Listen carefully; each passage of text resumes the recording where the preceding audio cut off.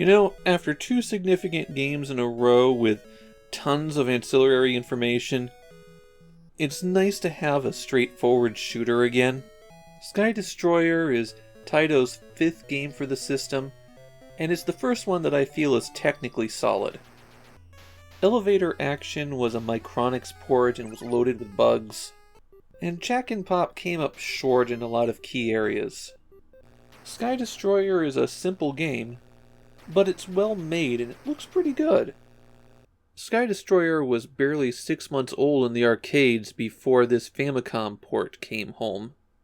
In the game, players fly a Mitsubishi Type 0. Your goal is to destroy the Americans' island fortress, and you have to fly through waves of Hellcats to get to it. So I think this gives you an idea why Sky Destroyer was never released outside of Japan. Weirdly, I feel like this is the only Famicom game where you play Japan in World War II. There is one strategy game that I can think of where you play as the Germans, but a lot of the Famicom's military games have you play as Americans.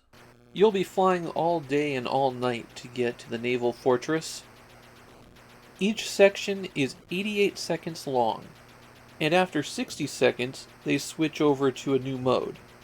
So you have to play the game continuously for almost 6 minutes before you get to the fortress. You start out with a rapid-fire machine gun that shoots as you hold down the button, but it breaks down after 88 seconds. After that, you'll have to tap the button rapidly to fire. You get the machine gun back when you die, so that timer can run out while you're in the middle of a time cycle. After playing for 60 seconds in a time cycle, the Hellcats turn red and stop firing at you. This is your opportunity to rack up some bonus points. The time progresses from day to dusk to night to dawn, and the naval fortress appears in the dawn cycle. Besides the machine gun, you have torpedoes you can use to fire on surface ships. The only fighter planes that you'll encounter are the Hellcats, but there are other things that turn up to attack you from time to time. A battleship can appear that moves fast and fills the sky with bullets.